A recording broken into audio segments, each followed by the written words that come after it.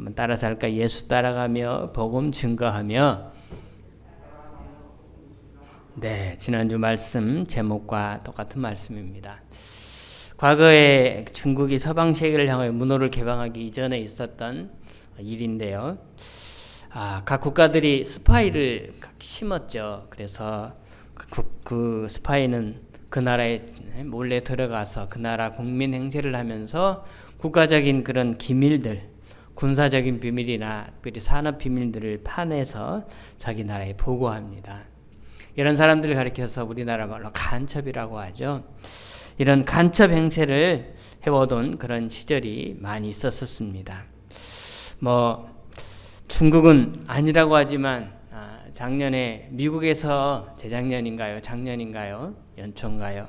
화웨이라고 하는 그 중국의 그 통신 회사, 어마어마하게 큰 회사가 미국에서 쫓겨났습니다. 트럼프가 이제 쫓아냈죠. 나가라고 그렇게 쫓아냈습니다. 이유는 미국의 기밀들을 몰래 그 정보를 빼내가지고 중국에 그렇게 보고를 그렇게 해왔다는 것입니다. 그리고는 회사를 내쫓은 것만 아니라 그 화웨이라고 하는 회사와 연계되어 있는 모든 나라들의 그 어떤 서로의 이렇게 커뮤니케이션 뿐만 아니라 또 사업상의 관계들을 다 못하도록 다 끊도록 그렇게 했습니다. 그래서 우리나라에 있는 삼성이나 LG 같은 이런 큰 회사들도 중국에 있는 화웨이와 연계를 해가지고 물자를 서로 주고받으면서 그렇게 다 같이 윈윈하며 그렇게 거래를 해왔었거든요. 근데 미국에서 못하게 하니까 우리나라도 못하는 것입니다. 미국이 자신들과 우방을 맺는 모든 국가들에게 화웨이하고 거래하는 모든 관계를 다 끊으라고 그렇게 한 것입니다. 그러다 보니까 이러지도 못하고 저러지도 못하는 그런 시간을 우리가 지금도 보내고 있는 것입니다. 여하튼 힘이 센 나라의 강권적인 힘을 우리가 어찌할 수가 없는 것이죠. 바로 이런 일들이 많았던 시절에 미국 정부 기관에서 일을 하며 완전한 미국의 행세를 하면서 정보를 빼가지고 중국에다가 이렇게 보고를 하는 한 스파이가 체포가 되었습니다. 우선 이 사람이 생김새는 완전한 미국 사람이었습니다. 그리고 외모도 완전히 미국 사람이었고 또 영어도 완벽하게 그렇게 구사를 했습니다. 그리고 말할 때 제스처도 완전한 미국 사람처럼 똑같이 그렇게 한 것입니다. 그런 그가 마침내 너는 중국 스파이다 라고 하는 것이 발각이 되어서 그렇게 체포가 되어 추방되었는데요. 어떻게 체포가 되었느냐? 이를 좀 수상하게 얘기했던 한 정보기관의 그 수사관이 이 사람을 늘 따라다니는 것입니다. 몰래 그렇게 밀착해서 그의 수상함을 찾아내는 것입니다. 그러다가 한 유럽 여행 중에 그를 추적하면서 버스 안에서 일종의 테스트를 그렇게 한 것입니다. 어떤 테스트를 했냐면 시내 버스 안에서 바로 그 사람 옆에 근처에 서가지고 휘파람을 부는 거예요. 그런데 그 휘파람의 내용은 미국 국가를 연주했답니다. 미국 국가를 연주하면서 휘파람을 불었는데 미국 사람이라고 여겼던 그 사람이 전혀 반응이 없었던 것입니다. 이상하다 해서 한참 동안 그렇게 지켜보았습니다.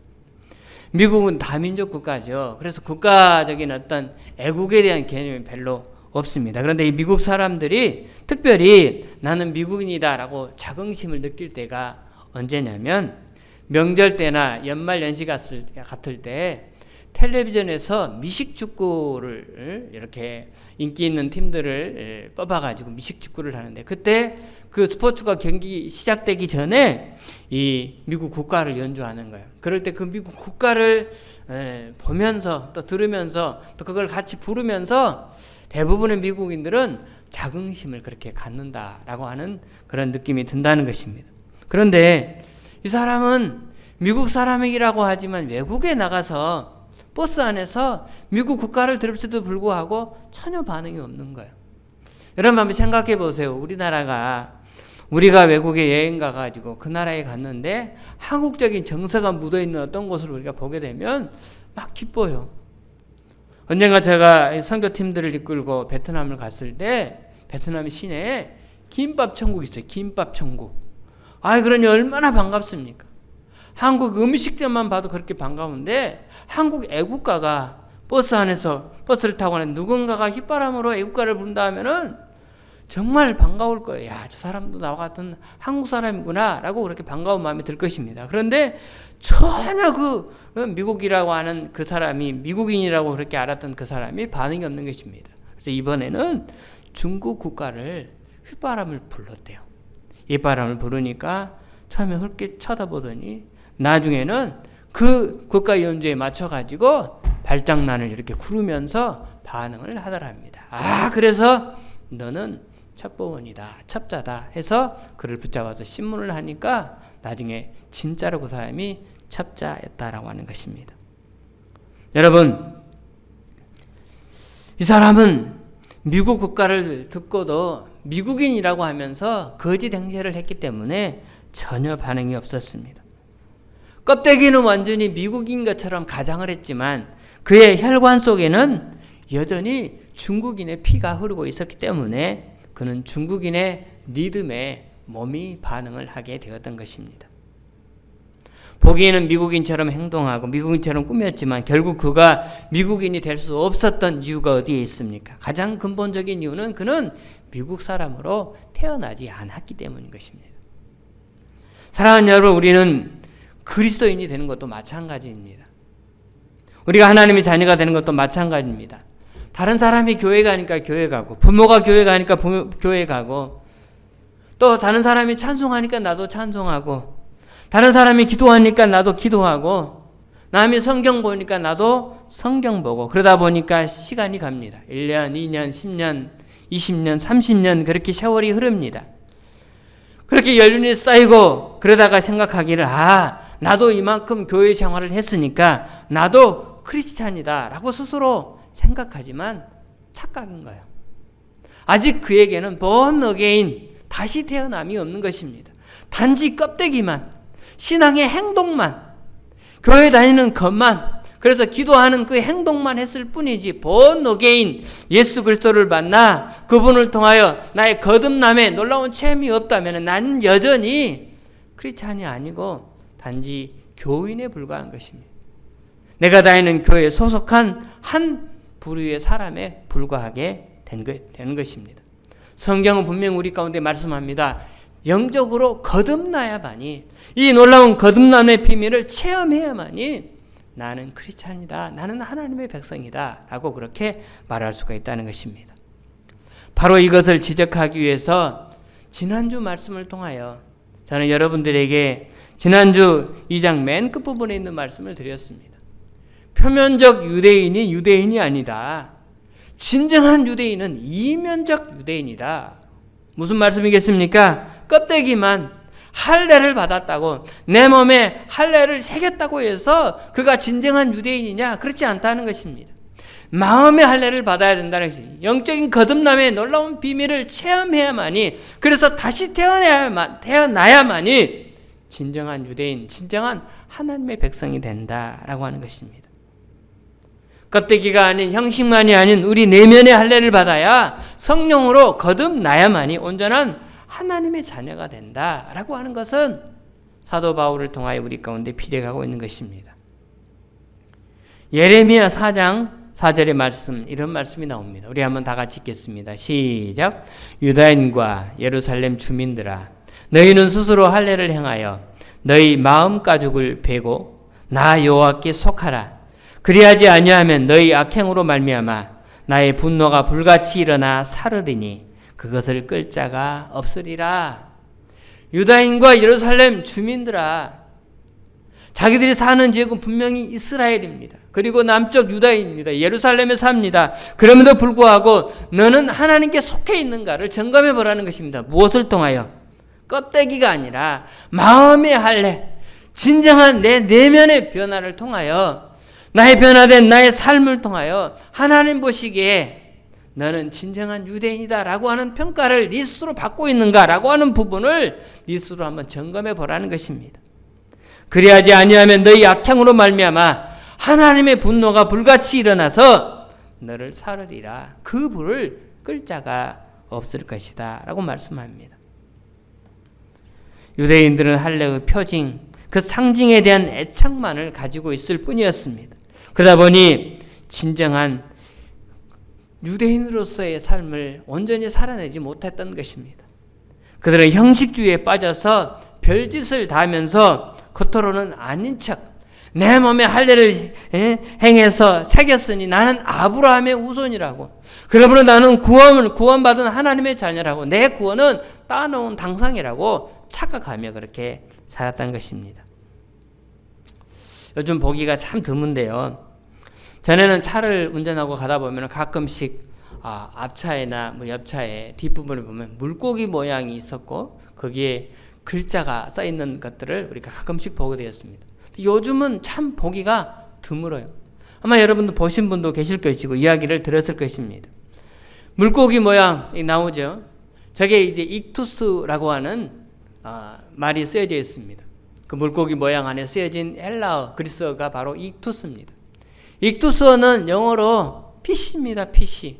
물고기라는 거예요. 그런데 여러분, 이것은 상징적인 그런 글귀였습니다.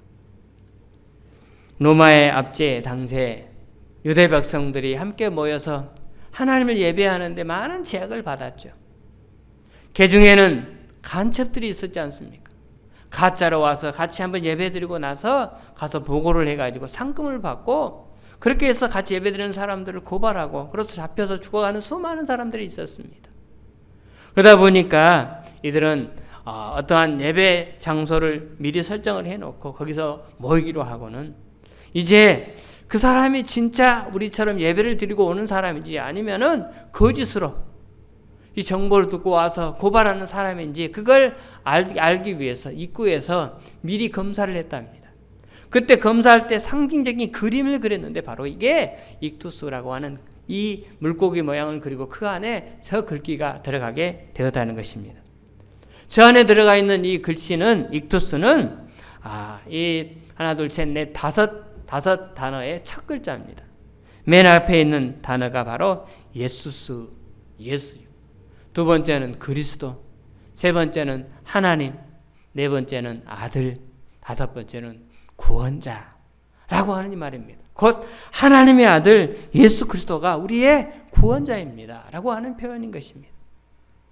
그들은 예배를 드리기 전에 먼저 이 신앙의 고백을 했던 것입니다. 그래서 이 신앙 고백을 하는 이 상징을 통하여 그 사람이 진정한 예배자로 오는 건지 아닌지를 점검을 하고 그래서 입구에서 그들을 걸러냈던 것입니다. 이처럼 물고기 마크를 그 기독교를 상징한 하나의 심볼로서 여러분 우리는 차 뒤에다가 붙이고 그렇게 다닙니다. 그런데 요즘은 아마 많이 없어졌어요. 별로 그렇게 눈 씻고 찾아봐도 별로 눈에 보이는 그런 이 그림이 많이 사라지게 되었습니다. 왜 그럴까요? 아마 부담스러워서 그런 것 같아요. 부담스러워서. 하도 범법을 나도 모르게 그렇게 행하다 보니까 그런 것 같아요. 우리 교회 차도 전에는 양쪽에 만담의 교회에 딱 붙어 있었지 않습니까? 그런데 제가 어느 날 뗐어요. 왜 뗐냐면 제가 범법을 너무 많이 행해서 그런 게 아니고 범법을 많이 하는 교회 차들이 너무 많기 때문에 싸잡아서 똑같이 교회 다니는 것들이 저 모양이야. 양쪽에 교회 마크를 써놓고 붙여놓고 로고까지 새겨놓고 마음대로 불법을 행하면서 몰고 다니는 자들 때문에 일부러 뗐습니다. 우리는 지금 이런 세상을 살아가고 있습니다.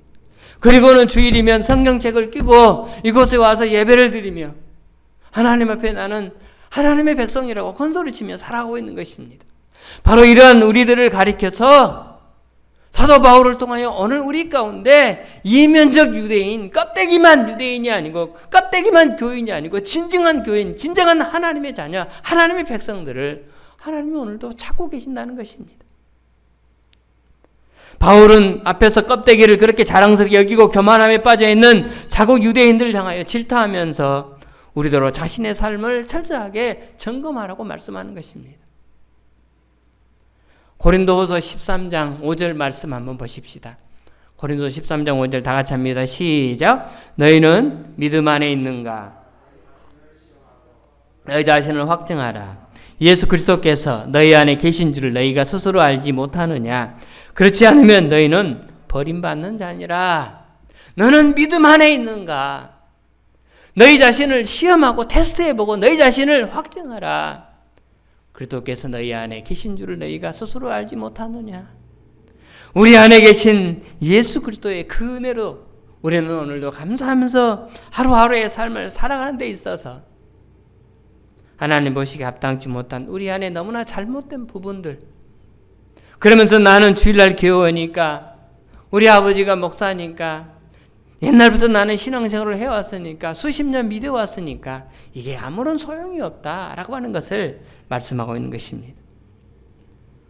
사랑하는 여러분, 사도 바울은 우리 계속적으로 보고 있지만 자국 유대인들을 향하여, 자기 민족입니다. 자기 민족들, 그들을 향하여 큰 착각 가운데 빠져있는 세 가지의 죄를 언급하고 있는 것입니다. 첫 번째는 바로 이런 형식주의요. 두 번째는 바로 종교적 위선이었습니다. 율법을 맡았으니, 하나님의 백성으로, 이스라엘 백성으로 택정함을 입었으니 우리는 구원받은 것은 당상이다, 따놓은 당상이다, 큰 착각 가운데 빠져있는 그들을 향하여 질타하고 있는 것입니다. 그리고는 또 하나의 그들의 잘못된 부분을 지적하면서 오늘 말씀을 통하여, 사도 바울을 통하여 오늘 우리 가운데 언급하고 있습니다. 먼저 1절과 2절 말씀을 통해서 보면 유대인들의 유익을 다시 한번 점검하죠. 여러분 1절 2절 오늘 다 같이 봅니다. 시작. 그런즉 유대인의 나음이 무엇이며 많으니 우선은 그들이 하나님의 말씀을 맡았습니다. 네, 그렇죠. 우리는 그들을 인정할 수밖에 없어요. 그들은 하나님의 말씀을 맡았습니다. 하나님이 아브라함을 통하여 세상 모든 만민들 가운데 너의 후손을 택하여 나의 백성으로 삼아주시고, 그들의 후손 중에 모세를 통하여 시내산으로 불러서 그들에게 하나님의 율법을 맡겨주었습니다.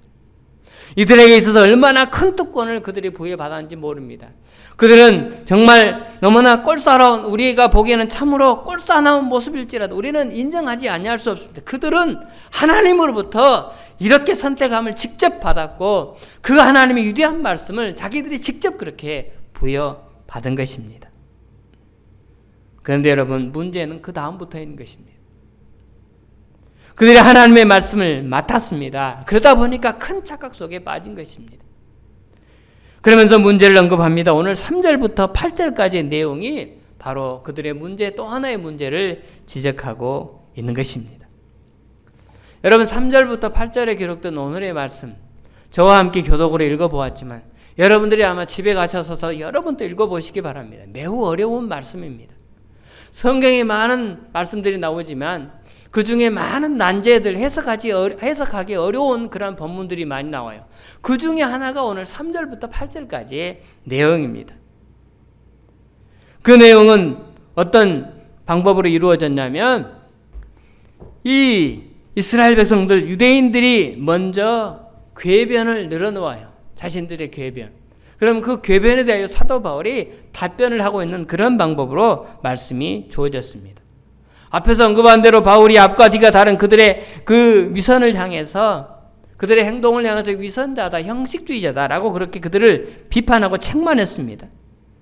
그러면서도 구원받을 수 있다고 착각하는 것은 큰 잘못이다라고 바울이 지적하면서 이번에는 유대인들이 자신들을 정당화하자, 자기들이 정당화해요. 근데 어떤 방법으로, 어떤 말로 그들이 정당화하느냐, 그들의 궤변을 늘어놓는데 거기에 따르는 바울의 답변이 오늘 말씀인 것입니다.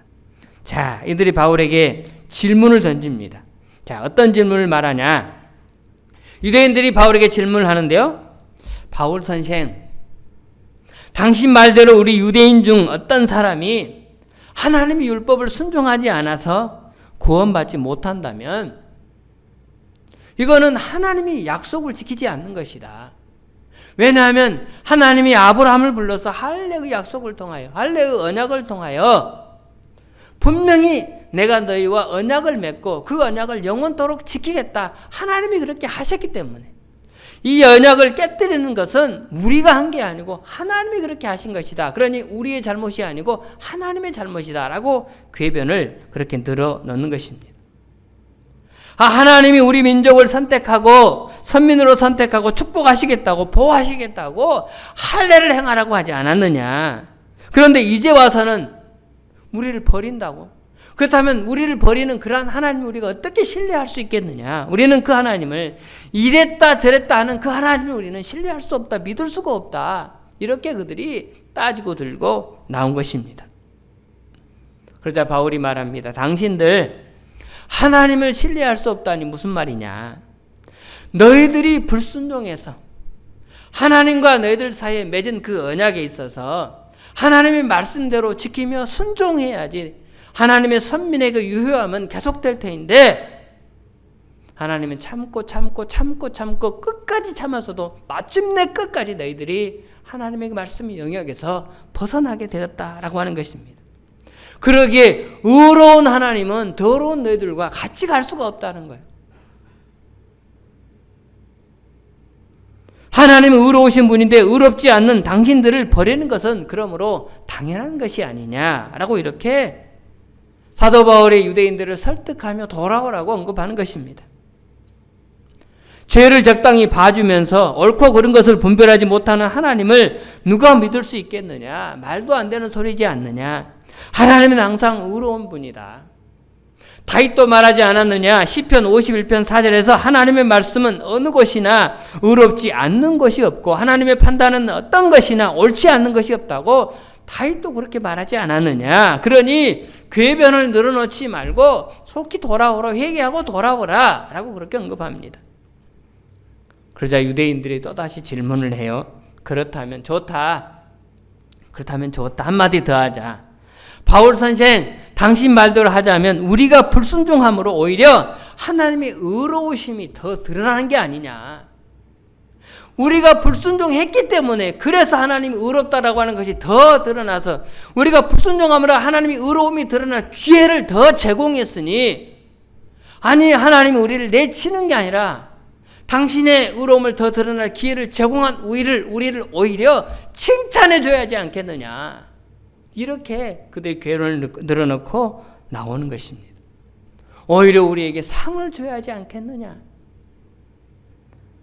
바울의 대답은 당신들이 그렇게 궤변을 늘어놓는 것은 악한 마음을 가지고 있기 때문에 하나님이 당신들을 정죄하는 것이다 라고 하는 게 오늘 본문 말씀의 마지막 8절에 있는 기록된 말씀까지 그렇게 정리가 되는 것입니다. 자, 여러분 여기서 우리는 뭘 발견합니까? 끝까지 자기 변명, 자기 정당합니다. 끝까지 변명을 드러놓는 거예요. 사도 바울이 시작하는 세 번째 그들의 잘못됨은 자기 정당화예요. 자기 변명입니다. 형식주의를 비판을 했고요. 그리고 종교적 위선을 비판했고요. 세 번째는 바로 내 정당화. 자기를 위한 변명을 끝까지 늘어놓고 있는 것입니다. 사랑하는 여러분, 우리는 여기서 인간이 얼마나 회개하지 않을 때 자기를 정당화하고 자기 잘못을 인정하지 않는 그런 데는 얼마나 놀라운 재간을 가지고 있는가를 우리가 깨달아 알 수가 있습니다. 사람이 완악해지는 데는 단계가 있죠. 죄를 범하는 단계가 있고 회개하지 않는 단계가 있고 마침내 세 번째는 자기 정당화의 단계가 있습니다. 죄를 범했으면 잘못을 깨닫고 하나님 앞에 회개하며 나와야 되는데 끝까지 이들은 내가 잘못한 게 아니고 오히려 하나님이 한 것이다. 하나님께 핑계를 대며 끝까지 거기에 항변하며 나오는 것입니다. 이렇게 자기 행동에 대하여 자꾸 정당하려는 것이 유대인들의 모습 그들 뿐이겠습니까? 중요한 건 바로 이것이죠. 우리는 이 유대인들의 모습을 통해서 우리를 보는 것입니다. 우리가 어떻습니까? 끝까지 우리는 핑계를 대고 변명을 대고 나를 정당화하면서 나는 그게 마치 잘못이 아닌 것이냐 스스로 착각하며 이 정도쯤이야 뭐 하나님 시대가 어느 시대인데 우리는 그러면서 지금 신앙생활을 하고 있는 것입니다. 바로 이 점을 사도 바울이 지적하고 있습니다. 그래서 여러분 오늘 이 시간 여러분에게 좋은 기회를 드리기를 원합니다. 어떤 기회냐?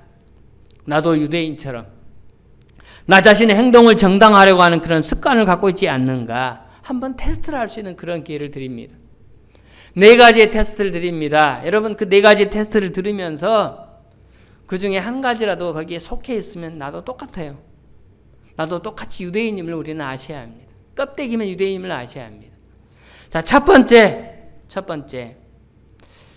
예수님을 은 30에 팔아넘긴 제자가 누굽니까? 누구죠? 너무 쉬워가지고 대답도 안 하시네. 가룟 유다죠, 가룟 유다.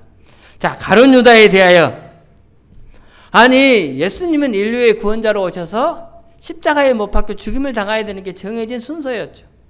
그 일을 위해서 오셨습니다. 그러면 누군가는 그를 팔아넘겨야 돼. 그렇죠? 예수님을 십자가에 매달아 죽일 수 있도록 예수를 팔아넘겨야 될 제자가 분명히 있어야 돼요. 그런데 그 가룟 유다가 예수를 팔아넘겼잖아요. 그러면 누군가는 해야 되는 그 일을 가룟 유다 본인이 했기 때문에 자기는 희생양이야. 나는 어쩔 수 없이 하나님이 놀라운 그 큰 구원의 계획을 위하여 나는 여기에 희생했을 뿐이지 내 잘못은 아니다. 이렇게 생각하시는 분 혹시 여러분 가운데 있습니까? 가룟 유다는 희생양이지 가룟 유다 잘못이 아니야. 누군가는 했어야 돼. 어쩔 수 없지. 그래서 가룟 유다가 한 거야. 그러니 가룟 유다는 잘못한 게 없어. 가룟 유다는 천국 가야 돼. 이렇게 생각하는 사람이 있으면 여러분 나는 유대인이다 라고 여러분 아셔야 되는 것입니다. 두 번째 질문입니다. 두 번째 질문, 에덴 동산의 선악과에 대하여. 아마 여러분 가운데 많이 그런 생각을 갖고 있을 거예요. 아니, 하나님은 왜 선악과를 만들어 놓고 그들을 범죄하게 만들었느냐? 아예 애초부터 만들지 말지. 그래서 선악과를 따먹은 아담과 하와의 잘못이 아니고 선악과를 만든 하나님 잘못이다. 이렇게 생각하는 사람, 그 사람 유대인입니다. 벗어날 수 없어요. 세 번째. 아니, 하나님이 무한한 사랑을 가진 하나님이라면, 그렇대, 그런 하나님이래. 그러면 다 구원해야지. 왜 십자가를 통하여 예수 그리스도를 인정하는 사람만 구원받니? 그렇지 않다. 다 구원해야지. 다 구원을 해야 되는데 그렇지 않는 하나님이 잘못된 것이다 라고 생각하는 사람, 그 사람 유대인인 것입니다. 마지막 네 번째, 믿기만 하면 구원받는데 그러면 그걸로 끝내지. 왜 순종하라고 하느냐? 귀찮게. 아니, 하나님의 말씀 얼마나 많이 있느냐. 율법을 지켜야 되는 이 말씀이 얼마나 많은데 이걸 어떻게 다 지키고 살아가느냐. 목사님 사회생활을 안 해봤으니까 그렇지, 밖에 나가면요 정말 하나님 말씀대로 살면 나는 다 살 수가 없어요. 사회에서 뒤처질 수밖에 없습니다. 사회에서 하여튼 같이 공존할 수가 없는 것입니다. 하면서 수많은 핑계를 대며 나를 정당화하는 것. 그러지 않습니까? 여러분 그렇지 않아요? 이런 부분들이 얼마나 많습니까? 사회생활 하다 보면은 슬쩍슬쩍 눈을 감는 거, 이 정도쯤이야 기본이지 않습니까? 하나님이 그것도 이해를 못 해줍니까? 이렇게 생각한다는 그 자체가 바로 나의 정당화죠. 만약에 그렇다라고 한다면 우리 중에 그런 생각이 들면서 오늘 이 시간에 이곳에 앉아있거나 예배 가운데 함께 참석한 우리 성도님들이 계시다면 두말할 것도 없이 나는 지금 껍데기만 유대인에 속한다 라고 하는 것입니다. 사랑하는 여러분, 우리 자신들을 한번 돌이켜보시길 바랍니다. 나는 하나님 앞에서 내 정당화를 위해서 늘 변명만 늘어놓고 있는가라고 하는 부분을 한번 우리 스스로 한번 점검해 보자는 것입니다. 겉으로만 할례를 받은 사람은 매사에 우리는 고개를 들 수밖에 없습니다. 내가 잘못되면 너도 잘못했지 않은 식으로 따지고 들어올 수밖에 없습니다. 그러나 성령으로 거듭난 사람, 이런 사람은 서로 억울하고 고통스러운 어떤 일을 당해도 하나님은 항상 옳습니다. 지금은 이해가 안 되지만 언젠가는 이해가 될 줄로 믿습니다. 지금의 내 처지에 있어서 어려운 상황들을 하나님이 주셨사온데 여기에는 분명히 하나님의 뜻이 있는 줄 믿습니다. 성령으로 거듭난 사람은 진정한 그리스도인은, 내면적 그리스도인은, 이미 우리 속에 있는 이 내면적 그리스도인은 바로 이런 생각을 갖고 우리가 하루하루의 삶을 살아가는 것입니다. 잘못된 쪽은 언제나 나지 하나님은 언제나 옳습니다라고 하는 이 인정하는 이 믿음이 우리 안에 있는 것입니다. 우리는 이미 성령으로 거듭나서 마음의 할례를 받은 하나님의 자녀들임을 우리는 믿으셔야 합니다. 우리는 이미 예수 그리스도를 우리의 구주로 영접한 사람들입니다. 그러므로 우리는 비록 온전하게 실천하지는 못한다 할지라도 하나님의 말씀을 배우고 아는 것만큼 살아보려고 몸부림치는 그러한 양심이 우리 안에 있습니다. 우리는 한 주간도 주신 이 말씀 붙들고 온전하게 순종하지 못하는 것에 대한 마음의 고통이, 미안함이, 하나님 앞에 죄송함이 항상 우리에게 있어야 하는 것입니다. 어떤 때는 위선도 행합니다. 어떤 때는 나도 모르는 사이에 형식주의자로 서기도 합니다. 어떤 때는 나의 잘못을 비워놓으라고 그것을 고개를 쳐들고 하나님 앞에 대들 때도 있습니다. 그러나 근본적으로 내가 죄인이라는 것을 인정하는 사람이요, 내가 신실하지 못하다는 것을 우리는 부끄러워하는 그런 사람인 것입니다. 여기에 소망이 있지. 바로 여기에 소망이 있지. 여전히 나는 고개를 쳐들고 내 잘못입니까? 하나님 잘못이지. 하나님이 나에게 이런 환경을 주셨지 않습니까? 라고 하는 쪽에 가깝다면 나는 아직 껍데기에 불과한 그런 유대인이라는 사실을 우리는 기억해야 할 것입니다. 사랑하는 여러분, 또다시 이 한 해를 살아가면서 여러분, 우리는 올해도 수많은 도전들에 우리는 직면하게 될 것입니다. 그때마다 어떤 마음으로 그 많은 문제들과 함께 대적하면서 우리가 살아가야 되겠습니까? 언제나 하나님은 옳습니다. 나는 그 하나님 편에 온전히 서기를 원합니다. 너에게 굳건한 믿음 주시옵소서. 하나님 항상 옳사오니 내게 벌어진 모든 일들은 하나님의 귀한 뜻대로 하나님께서 역사해 주실 줄로 믿습니다. 내가 그 하나님의 뜻함 가운데 거할 때 하나님 나를 통해 먼저는 영광이 되고 우리의 삶에 놀라운 축복과 은총과 우리의 필요를 하나님이 공급하여 주실 줄로 믿습니다. 하는 이 확신이 우리 가운데 있어야 하는 것입니다. 여담입니다마는 매주 주일 아침이면 저희 아버지께서 우리 명간에 우리 가족들에게 이제 축복의 말씀을 올립니다. 그리고는 항상 두 교회, 여기 있는 이 큰아들 교회와 안산에 있는 안산 광성교회 우리 당신의 둘째 아들에게 이름을 언급하면서 오늘도 모이는 이곳에 하나님의 큰 은총이 있기를 기도하면서 그렇게 메시지를 날려줍니다. 근데 오늘은 특별히 좀 더 길게 썼더라고요. 보니까 길게 썼어. 그리고는 꼭 이 말을 전하래요. 설교하면서 꼭 이 말을 전하래. 무슨 말이냐? 당신이, 저희 아버지 당신이 자나깨나 기도하는 군포에 있는 만남의 교회와 안산 광성교회 이 교회 교우들에게 올해 2021년에 분명히 하나님의 특별한 놀라운 하나님의 은혜의 역사가 분명히 일어난다는 것입니다. 그걸 가서 너는 설교하면서 전하라는 거야. 아유, 이 양반이 도대체 오늘은 왜 이러나? 이 어르신이 왜 이러나? 그렇게까지 생각하고 왔습니다면 저희 아버님의 뜻이 또 간절히 그래서 여러분들에게 저희 아버님의 마음을 전하는 것입니다. 사랑하는 여러분, 그렇습니다. 영적인 부모는 다 똑같을 것입니다. 여러분 모두 개개인의 삶이, 여러분 개개인의 모든 가정마다 하시는 일들마다 풍성하고 정말 놀라운 하나님의 역사가 나타나기를 간절히 원합니다. 여러분, 올해 또다시 우리가 열심히 달려나갈 것입니다. 저희 아버님의 바람처럼 또 기도의 내용처럼 또 하나님의 응답처럼 하나님이 어떻게 응답하실지는 모르지만 풍성한 하나님의 놀라운 역사가 반드시 있게 될 줄로 믿습니다. 오늘도 449장 함께 또 찬송하려는데요. 여러분, 이 길이 가장 복된 길이기에 여기에 가장 놀라운 하나님의 은총이 있기에 우리는 이 찬송을 붙들고 오늘도 함께 나아가렵니다. 여러분 449장 한번 펴보십시오. 449장 예수 따라가며 복음 순종하면 우리 행할 길 환하겠네.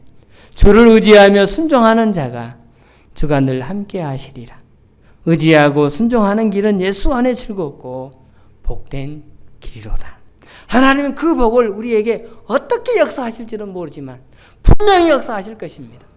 우리 확신하면서 함께 힘있게 찬양하면서 이 한 주간을 승리 가운데 걸어가는 저와 여러분 모두가 되기를 주님의 이름으로 축복합니다. 함께 찬양으로 나가도록 하겠습니다.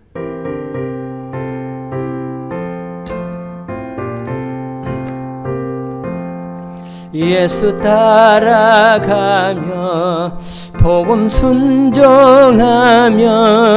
우리 행할 길 환하겠네. 주를 의지하며 순종하는 자를 주가 늘 함께 하시리라. 의지하고 순종하는 길이 예수 안에 즐겁고 복된 길이로다. 해를 당하거나 우리 고생할 때 주가 위로해 주시겠네. 주를 의지하며 순종하는 자를 주가 한 위에 주시리라. 의지하고 순종하는 길은 예수 안에 즐겁고 복된 길이로 남의 짐을 지고 슬픔 위로하면 주가 상급을 주시겠네. 주를 의지하면 순종하는 자를 항상 복 내려 주시리라. 의지하고 순종하는 길이 예수 안에 즐겁고 복된 길이로다. 우리 받은 것을 주께 다 드리며 우리 기쁨이 넘치겠네. 주를 의지하며 순종하는 자를 은혜 풍성케 하시리라. 의지하고 순종하는 길이 예수 안에 즐겁고 복된 길이로 주를 힘입어서 주를 모시고 살아가세. 주를 의지하며 항상 순종하며 주가 사랑해 주시리라. 의지하고 순종하는 길이 예수 안에 즐겁고 복된 길이로다. 세상에 가장 행복한 길, 가장 아름다운 길, 가장 좋은 길은 예수와 함께 가는 길인 줄로 믿습니다. 그 주님은 살아계셔서 능력자여 창조주이시여 세상 모든 만물을 관장하시는, 세상의 모든 역사에 개입하시는 살아계신 여호와 아버지 하나님이신 줄 믿습니다. 이 한 주간도 그 주님 말씀에 순종하며 주의 뜻을 따르게 하여 주옵시고 그 믿음을 통하여 우리의 삶에 우리의 모든 과정들 속에 역사하시는, 개입하시는 하나님의 복된 비밀들을 다 경험하는 복된 이 한 주간 되어지게 하여 주시옵소서. 사랑하는 아버님 목사님으로부터 우리 교회를 향한 하나님의 또 특별한 뜻을 하나님 이 시간 또 이 부족한 종이 전했습니다. 듣는 저희들 정말 우리의 가정에 하나님의 그 뜻대로 역사하는 그 복된 비밀의 주역들이 다 되어지게 하여 주시옵소서. 주님의 말씀에 순종함을 통하여서 아버지 하나님 주께서 이루시는 놀라운 하나님의 역사를 다 체험하는 2021년이 다 되어지게 하여 주시옵소서. 오늘도 불러주신 은혜, 구원하여 주신 은혜 감사해서 예물을 구별하여 여러 가지 모양으로 드립니다. 주께서 받으시고 손길마다 말할 수 없는, 감당할 수 없는 축복의 은혜로 주께서 넘치게 채워 주시옵소서. 쓰여진 것이 하나님의 위대한 비밀이 드러나기를 소망하며 예수님의 이름으로 기도드리옵나이다. 아멘.